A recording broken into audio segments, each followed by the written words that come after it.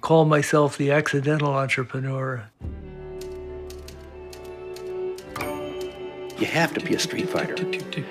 We didn't know what we were doing. Silicon Valley, technical breakthrough. $100,000. $1 million. $10 billion. Intel, Apple, Genentech, Cisco. Good markets. Create companies. Growing companies. Sky's the limit. The rest is history. The company was started with $250, and so we never had any money. You have to be brave.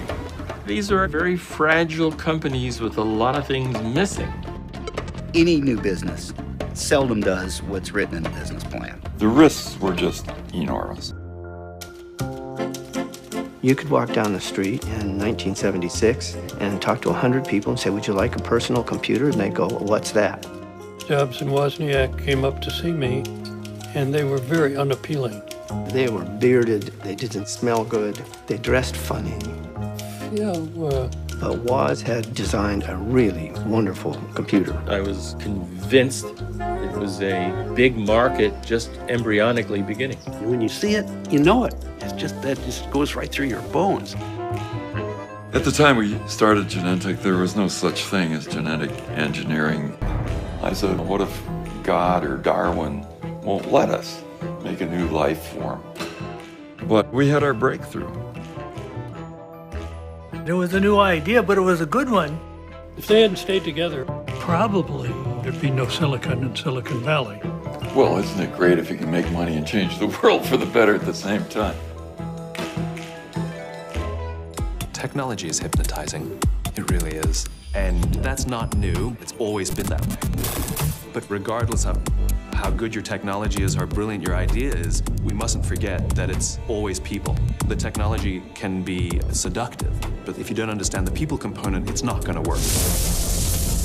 Fundamentally, the great entrepreneurs, the ones who will make it, aren't doing so with delusions of millions or delusions of the next big thing.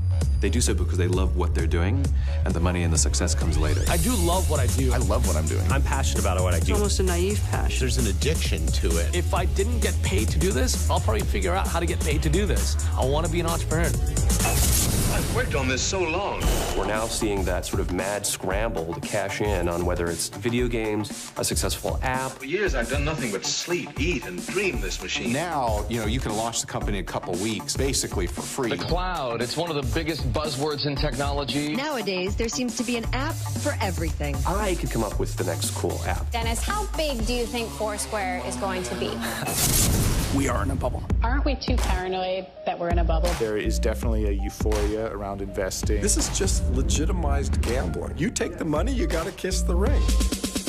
There's so much that can go wrong. You can get the wrong people. You'll have interpersonal conflicts. You have the wrong idea. Sign a bad deal. Technology doesn't work. You'll run out of money. I was completely out of An idea that's so compelling that it inspires you to leave stability. I somehow talked my family into how it's a good idea for me to stop getting paid. I was told I was crazy over and over again. We are putting absolutely everything into this. What are you willing to put on the line? Crazy enough to see that an idea can change the world.